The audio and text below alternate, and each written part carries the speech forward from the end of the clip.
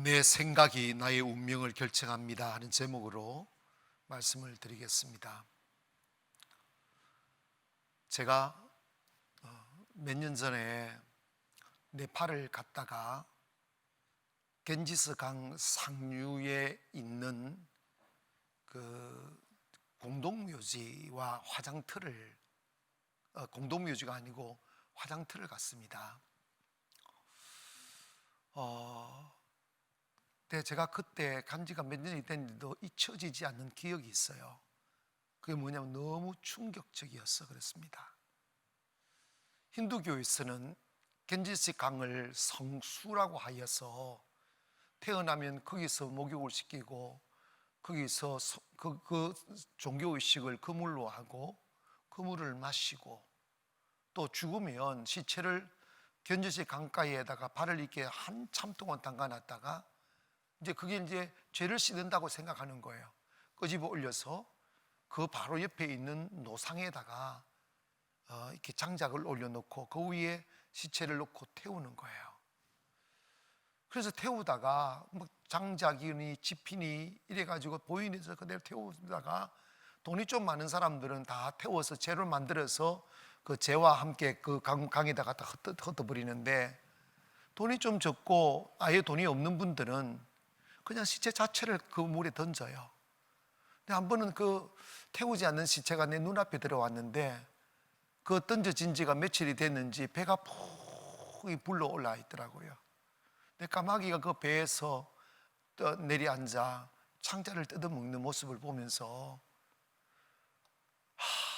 이게 잘못된 종교적인 사상에 길들여지고 그게 침투에 들어가면 가난하게 살다가 병들게 살다가 고통당하며 살다가 죽음조차도 처참하구나 하는 것을 보면서 우리가 다른 종교에 빠지지 아니하고 생명의 종교, 행복의 종교, 영생의 종교인 예수를 알게 된 게 대하여 이건 정말 행운이구나, 축복이구나 하는 생각이 막 들더라고요. 그래서 나는 그 물에서 떠다니는 그 시체를 보면서 주님, 제가 주님을 알게 되어서 감사합니다, 주님 믿게 해주셔서 감사합니다 라고 기도했어요. 근데 그 물이요 얼마나 더러운지 손끝 하나 넣을 수가 없었어요. 윗부터 끝까지 다 썩었어요. 오염이 다 있고. 그런데 이 물이 성수라고 하니까 그 물에 목욕을 하고 그 물을 마시는 거예요. 결과적으로 내셔널 지오그래피에 의하면 그렇게 함으로 인하여 1년에 3억 명 이상 병에 걸려 죽어간다는 거예요.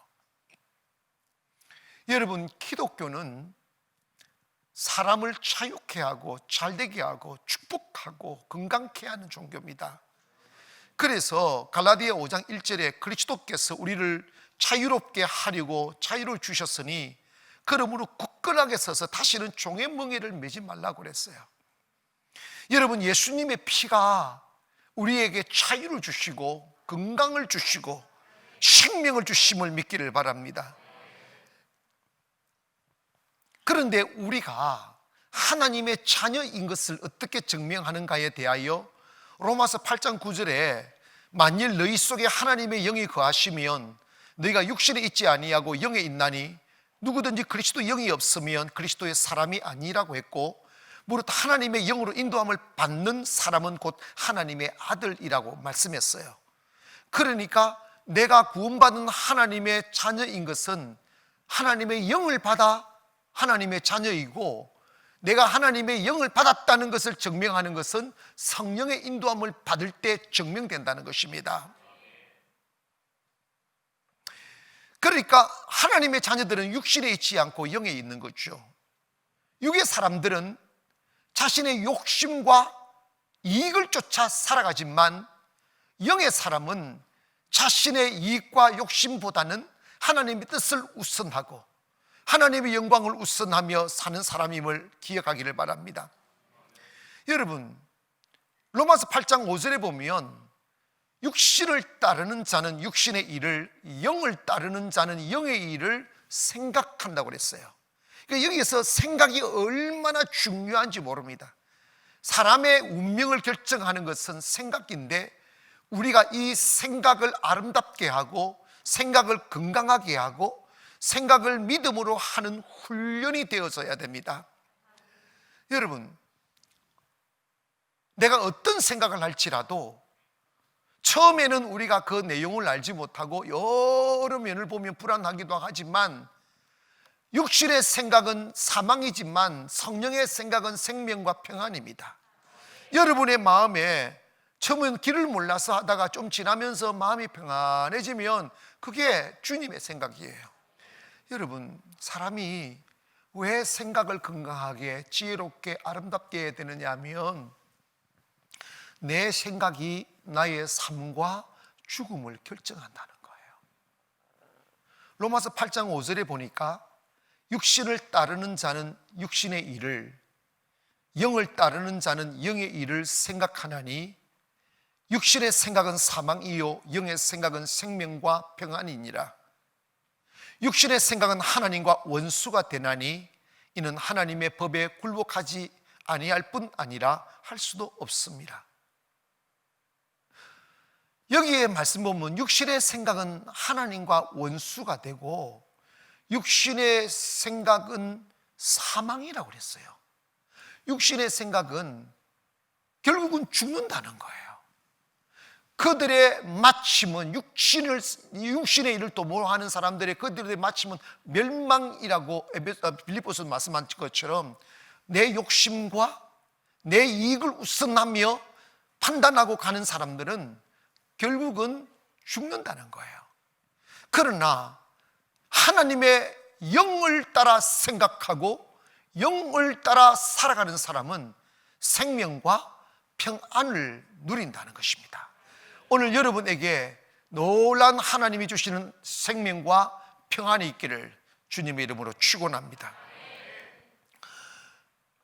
여러분, 육체의 일은 분명하다고 그랬어요. 갈라디아 5장 19절에 보면 육체의 일은 분명하니 곧 음행과 더러운 것과 호색과 우상 숭배와 주술과 원수 맺는 것과 분쟁과 시기와 분냄과 당 짓는 것과 분열과 이단과 투기와 술 취함과 방탕과 또 그와 같은 것들이라. 전에 너희에게 경계한 것 같이 경계하노니 이런 일을 하는 자들은 하나님의 나라를 유업으로 받지 못할 것이요 라고 분명히 말씀합니다.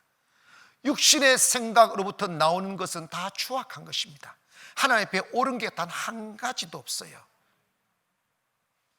그래서 사람들이 자기의 육체의 생각에 붙들려 살아가는 사람들은 모든 생각이 하나님으로부터 떠나 있어요.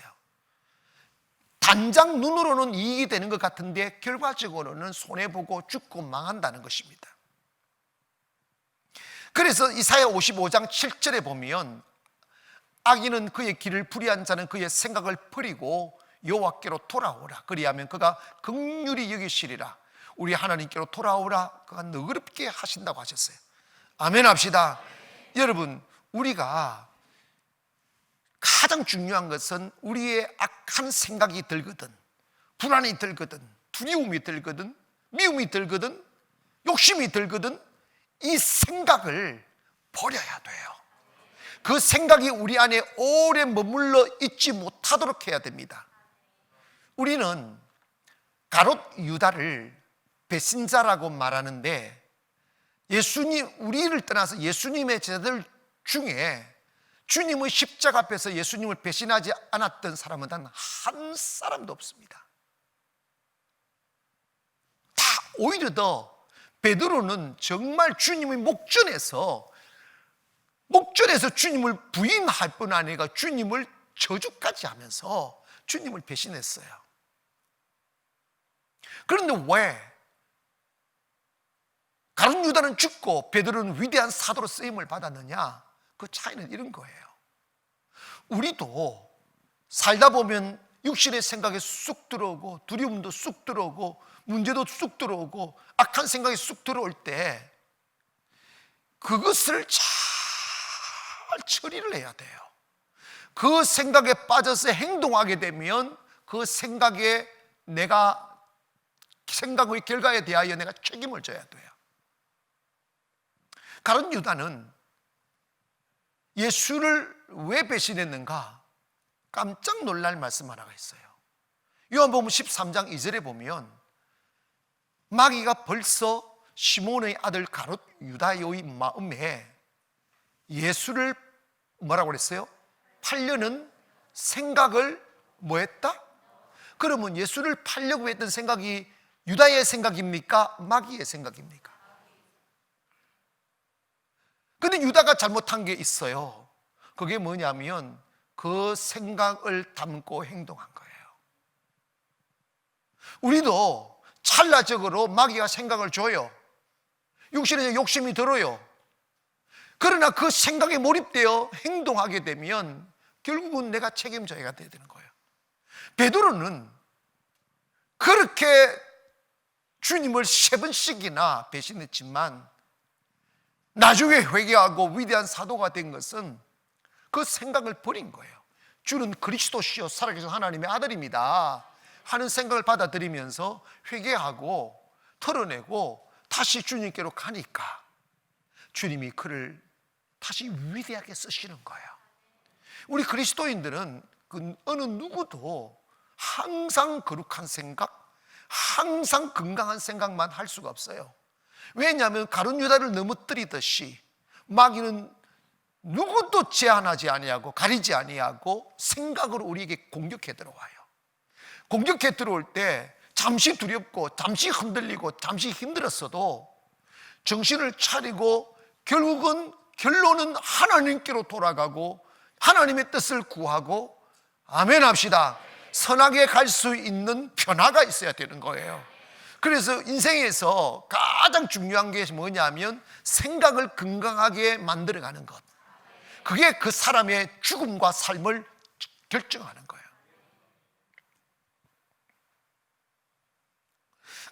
그래서 에베소서 4장 27절에 보면 마귀에게 틈을 주지 말라고 그랬어요.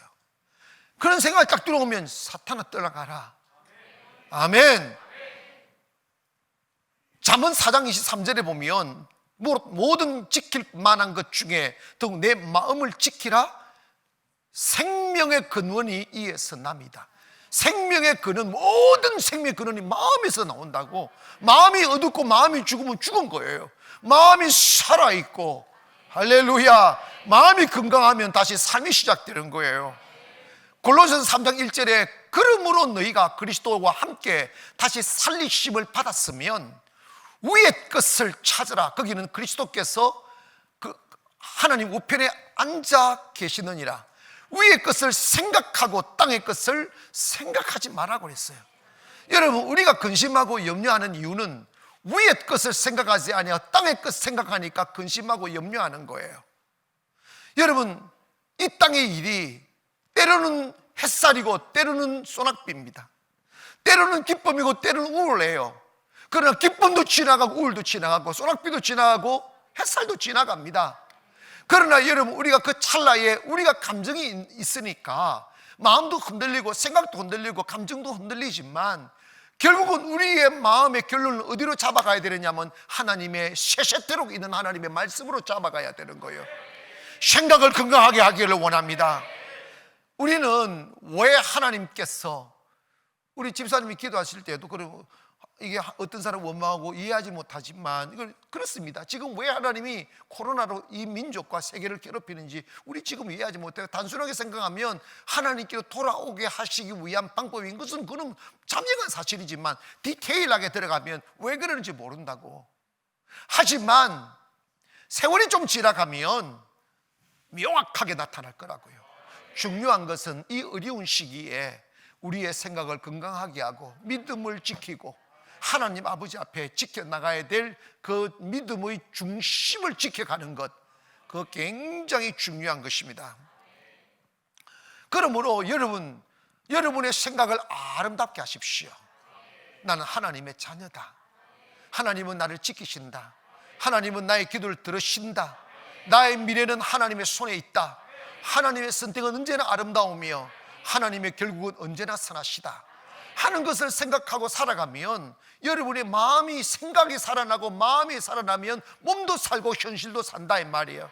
마귀는 우리의 생각을 공격하고 생각에 바이러스를 집어넣고 생각을 죽여서 우리 인생을 망가뜨립니다. 그러므로 이제 이런 마귀가 주는 생각에 대하여 우리가 영향을 받지 않을 수는 없으나 결론은 하나님의 말씀으로 돌아가기를 원합니다. 결론은 믿음으로 하시기를 주의 이름으로 축원합니다.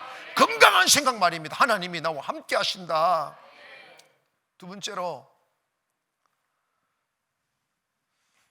우리의 생각은 행복과 불행을 결정합니다. 사람은 행복을 동경하죠. 왜 삽니까? 물으면 행복하기 위해서요 이럽니다. 그러면 행복하냐고? 안 행복하대요. 그럼 왜 사느냐? 행복하기를 바라기 때문에 산다고. 언젠가 행복해지겠죠. 근데 70이 돼도 행복한 길을 걷지 못하면 행복해지지 못합니다. 내가 그래서 마음에 체험이 없으니까 많은 사람들이 내가 덜 가져서 그런가 보다, 내가 명예가 없어서 그런가 보다, 내가 권력이 없어서 그런가 보다 하며 물불을 안 가리고 하이에나처럼 막 찢고 싸우고 빼앗고 해가며 더 행복해지기 위하여 더 많은 것을 소유하려 하지만 결국은 그렇게 하면 할수록 우리는 더 깊은 수렁에 빠지게 됩니다.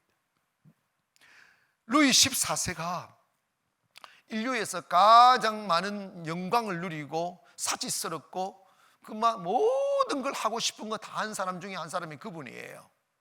그런데 그가 가져도 만족이 없고 사치를 해도 만족이 없고 영광을 누리도 만족이 없어서 마음이 너무 허전하고 공고한 거예요. 그러다가 마음에 병이 들어버린 거예요. 소화도 안 되고 우울하고 우울증에 빠진 거예요. 그래서 그 의들이 왕의 병을 고쳐보려고 별짓을 다 해봐도 이게 고쳐지지가 않는 거예요. 그래서 한 명의가 왕에게 불려가서 진단을 내렸어요. 왕이시여, 왕이 이 중병에서 고침을 받으시려면 이 세상에서 가장 행복한 사람을 찾아서 그 사람의 속옷을 빌려 입으면 행복해질 거라는 말도 안 되는 진단을 내렸어요. 근데 여러분 그거 아십니까? 급하면 말도 안 되는 일도 한다고. 왕이 온 세상을 신하들과 더불어 행복한 사람을 찾아다녔습니다. 돈 많은 사람에게 가도 행복하지 않고, 권력 있는 자도, 자기도 그러니까 인기 좋은 사람 찾아가도 않고, 화려하게 사는 사람 찾아가도 행복하지 않다. 다 겉은 웃고 있는데 속은 울고 있더라는 거예요. 자꾸 찾다가 어느 날 실망하면서 난 이제 이 땅에는 행복한 사람이 없는가 보다 하고 돌아오던 중에 한 시골을 들린 거예요. 한 시골 들리니까 한 할아버지가 양을 치면서 금은고를 치고 있더라는 거예요. 근데 그 얼굴에 보니까 진짜 행복하게 느껴지더래. 막 행복해 하더래요. 그래서 이 왕이 물었습니다. 당신은 어떻게 해서 그렇게 행복하냐고. 그리고 정말 당신의 얼굴처럼 그렇게 행복하냐고. 네, 그렇습니다, 왕이시여. 그러니까 이 루이 14세가 자기 사정을 이 할아버지한테 이야기한 거예요. 이렇쿵저렇쿵 나 지금 병들었는데 당신 속옷을 나한테 좀 빌려달라고. 그러면 의사가 진단하에 나 행복해질 수 있다고. 그랬더니 이 할아버지가 왕이시여, 안 됐습니다만 나는 속옷을 안 입고 다닙니다.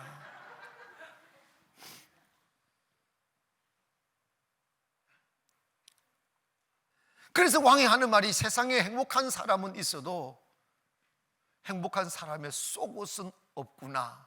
이럴 때 말이 되는지는 모르겠어요. 그런데 이건 뭐냐면 우리가 행복하게 만들어주는 것은 옷이 아니라는 거예요. 마음. 할렐루야. 마음에 예수를 담으면, 마음에 복음을 담으면 행복해질 수가 있어요. 여러분 잘 기억하세요. 그 행복을 찾아 산을 넘고 강을 건너도 없어요. 예수님 인격으로 만나면 행복해진다고요.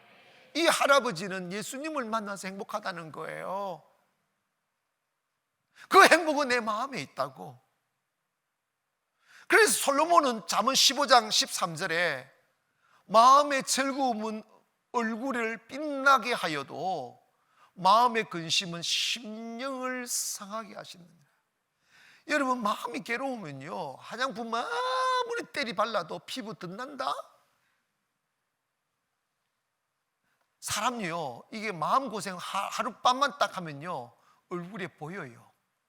얼굴이 붕 떠요. 아멘. 그런데 여러분 주님 앞에 다 안겨서 주님이 주시는 평안을 누리면 그 마음이 편한 거예요. 마음의 근심은 심령을 상하게 한다고 그랬어요. 또 잠언 17장 22절에 보면 마음의 즐거움은 양양 보약일지라도 심령의 근심은 뼈를 마르게 한다고 그랬어요. 여러분 칼슘만 부족해서 무슨 골증? 골다공증이 생기는 게 아니고 근심을 많이 하면 골다공증이 생긴다. 골다공증이 뭐냐? 골이 텅 비었다는 거야. 왜냐하면 뼈를 마르게 하니까. 여러분이 무릎도 튼튼하고 다리도 튼튼하시고 하려면 마음의 근심을 빼버리기를 바랍니다. 주님 모시기를 원합니다. 사실 우리 예수 믿는 사람이라고 해서 세상이 일인데 양인 우리가 이리 가운데 섞여 사는데 힘든 일 없겠어요? 눈물겨운 일 없겠냐고, 통곡하는 일 없겠냐고, 슬픔 없겠냐고, 아픈 일 없겠냐고. 이리는요 양심이 없어요. 양을 보면 양아 미안하다, 나 너 좀 잡아먹어야 되겠다, 나 배가 고파서 미치겠다, 그리고 잡아먹는 일이 없어. 그냥 짖뜯는 거예요. 그게 윤리와 도덕, 양심이 어디 있어요? 우리가 살다 보면 그런 일을 당하다 보면 마음이 무너지잖아, 아프잖아, 신경질 나잖아. 그럼에도 불구하고 주님은 그 모든 것 가운데 내가 함께한다, 지혜롭게 살아가라, 그 지혜 속에 내가 있다 하면서 주님이 우리를 지켜주시는 거예요. 주님 닮으면 이리 가운데 살아도 행복할 수 있다는 거예요. 그게 주님 안에 있는 큰 은혜입니다. 마음의 근심은요, 누군가는 이렇게 살인마라고 그랬어요. 왜냐하면 사람이 마음에 근심하면 죽게 된다는 거니까. 여러분 각종 질병이 마음의 근심에서부터 온다는 거예요. 특히 현대인에게서 많이 발병되고 있는 우울증은 더더욱이 마음의 근심에서부터 출발하는 것입니다. 우리가 많은 아픔도 겪고 상처를 입으면 마음도 우울해지고 불행해지고 실망하고 낙심되고 이럴지라도 하나님을 바라보기를 바랍니다. 이 일 속에도 지금 당장은 내가 힘든 것 같아도 이 속에 하나님의 뜻이 계시다. 하나님의 뜻은 결국은 선이시다. 하나님의 뜻은 결국은 아름다움이다 는 것을 시인하고 고백하면 지금 내가 잠시 당하는 고난을 여러분 슬퍼하거나 원망할 게 없어요. 여러분 이런 말이 있어요. 고난은 변장된 축복이라고. 여러분의 인생을 살고 난 뒤에 그 노을 위에 섰을 때 여러분의 인생을 노래하고 자랑할 수 있을 때에는 영광의 옷을 입고 화려한 박수를 받을 때가 아니에요. 정말 아무도 위로할 수 없는 슬픔에 빠지고 주님의 손이 다가와 구원해 주지 아니하면 살아날 길 없는 절망의 늪에 빠졌던 그 시간들이 지나서 지금의 나의 단련된 믿음과 증거 같은 믿음을 갖게 한 거예요. 그게 축복이라고. 아멘.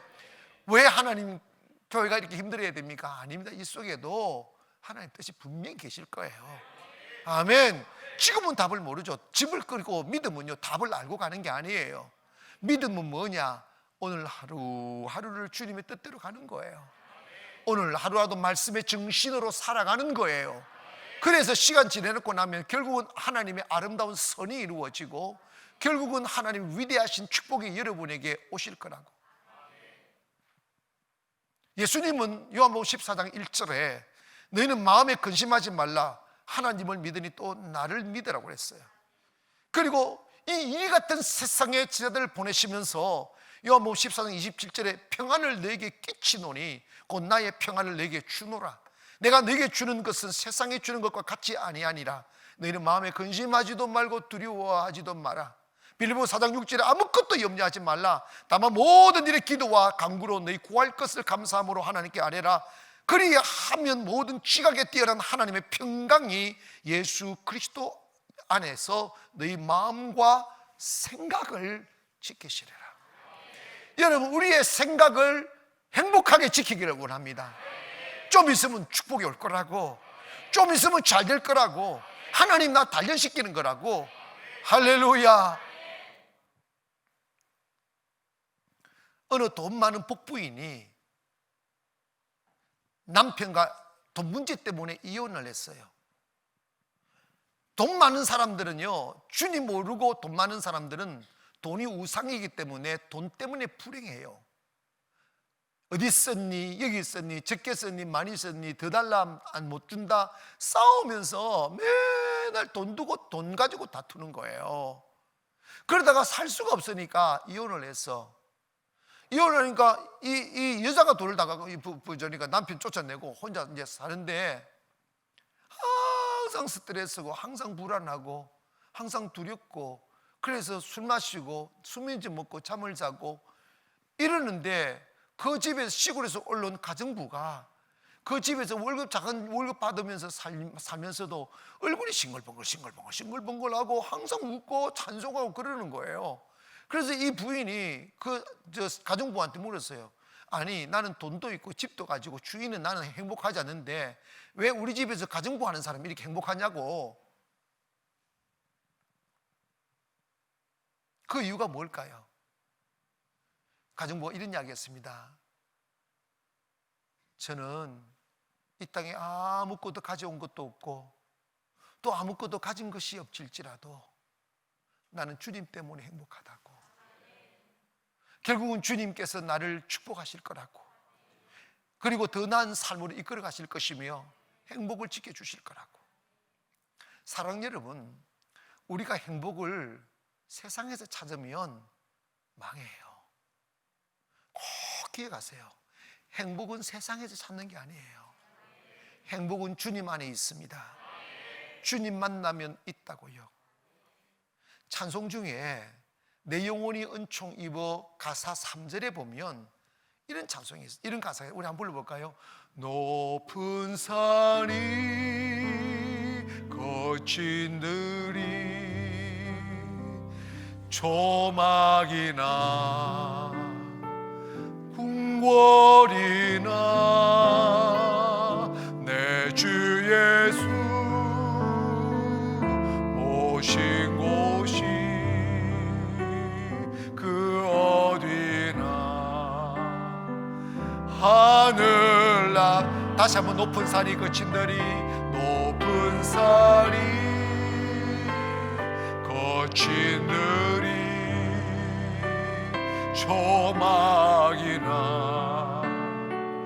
궁궐이나 내 주 예수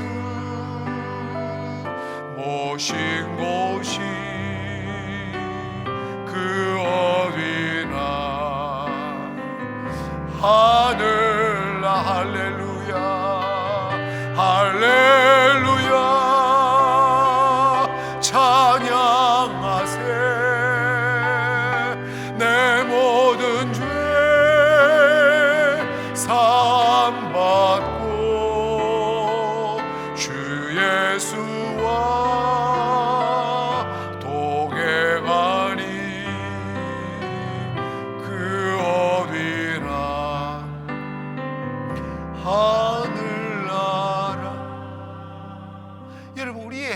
세상에 재물이나 명예나 영광에 두지 말고 내가 높은 산에 있어도 거친 들에 있어도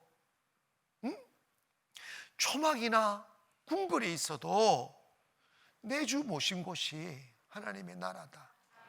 내 주 내 가슴에 주님 모셔야 행복할 수 있다. 할렐루야. 우리가 때로는 내 삶이 힘겨워져야 주님께 내 마음을 드릴 수 있게 된다면 내 삶의 힘겨움도 감사가 되는 거죠.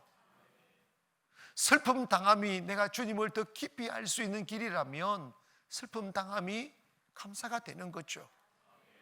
사랑하는 여러분, 여러분이 행복하려면 주님을 모시고 주님 안에 있는 것이 행복임을 깨닫기를 바랍니다. 그래서 믿음 안에서 행복을 찾고, 기도 안에서 행복 찾고, 예배 안에서 행복 찾고, 주님과의 교제를 통해 행복을 찾아야지, 사람이나 세상에서 행복을 찾으면 점점 인생은 늪으로 빠지게 되어져 있어요. 육체의 일을 행하는 자는 그의 마지막은 멸망이라고 그랬어요.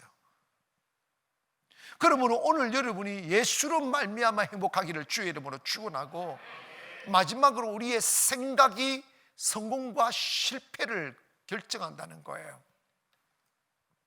사람들은 실패를 하고 난 뒤에 그 실패에 대하여 환경이나 남에게 탓을 합니다. 패스터를 쓴 작가가 이 전염병에 대하여 이야기를 할 때 사람들의 심리적인 그 변화가 있다는 거예요. 세 가지 사이클이 있다는 거예요. 그게 뭐 처음에는 두려워한다는 거예요. 내 걸리면 어떡하나, 죽으면 어떡하나 두려워한다는 거예요. 두 번째로는 원망한다는 거예요. 원망한다는 거예요. 네 때문에 그랬다, 내 때문에 그랬다, 막 원망하고 불평한다는 거예요. 그게 좀 지나면 마지막 단계가 뭐냐면 그 나라를 다스리는 자나 힘 있는 자가 자기가 그에 대해서 책임을 안 지려고 책임을 뒤집어 씌운다는 거예요. 로마 네로 황제 시절 때 로마가 자기 권력이 불안해지고 민심이 이완됐을 때 그 자신의 잘못된 실책을 어떻게 로마 시내에 불을 질러 놓고 유대인들이 불질러 거짓말해서 그 분노를 유대인들한테 전가를 시켰다고. 떠넘겼다는, 책임을 떠넘기는 상태가 온다는 거예요. 여러분, 우리가 실패해도, 그런데 여러분 봐봐요. 내가 실패한 게 다른 사람 때문에 시절이 안 좋아서, 환경이 안 좋아서, 돈이 없어서 이렇게 책임을 전가하는 게 아니고, 실패하는 사람은요 뭘 해도 실패한다는 거예요. 그 안에 실패의 생각이 있다는 거예요. 실패의 DNA가 있다는 거예요. 성공하는 사람, 똑같은 사람인데 생각이 딱 바뀌면 믿음의 생각으로, 창의적인 생각으로, 하나님과 함께 한다는 생각으로 하면 뭘 해도 되는데, 맨날 하는 것마다 안 되는 사람은요 그 안에 실패의 DNA가 있다는 거예요.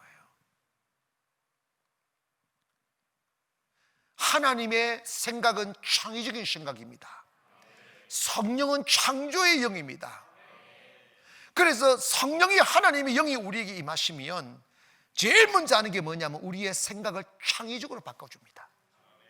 나 이거 없어, 나 이거 못해, 큰일 났어, 막 이런 생각이 아니고, 나 기도하면 돼, 하나님이 역사하실 거야. 창의적인 생각을 확 바뀌어야 돼요. 잘 될 거라고. 원래 믿음이라는 게 가능성을 보고 가면 그 믿음이 아니에요. 믿음은 아브라함이 갈 바를 알지 못하고 본토 친척 집을 떠난 것처럼 성공 확률 제로일지라도 주님이 가라면 가는 거예요. 그게 갇히면 가는 거예요. 그 다음 일은 하나님이 알아서 할 거라고 믿고 창조적인 생각하기를 원합니다. 우리가 살다 보면 세상의 일인데 양인 우리가 한 번도 일이한테 안 물릴 수 있겠냐고, 일이 때문에 두려워하는 밤을 지내지 않을 수가 있냐고, 때로는 두렵기도 하고 때로는 슬프기도 하고 때로는 아프기도 하죠.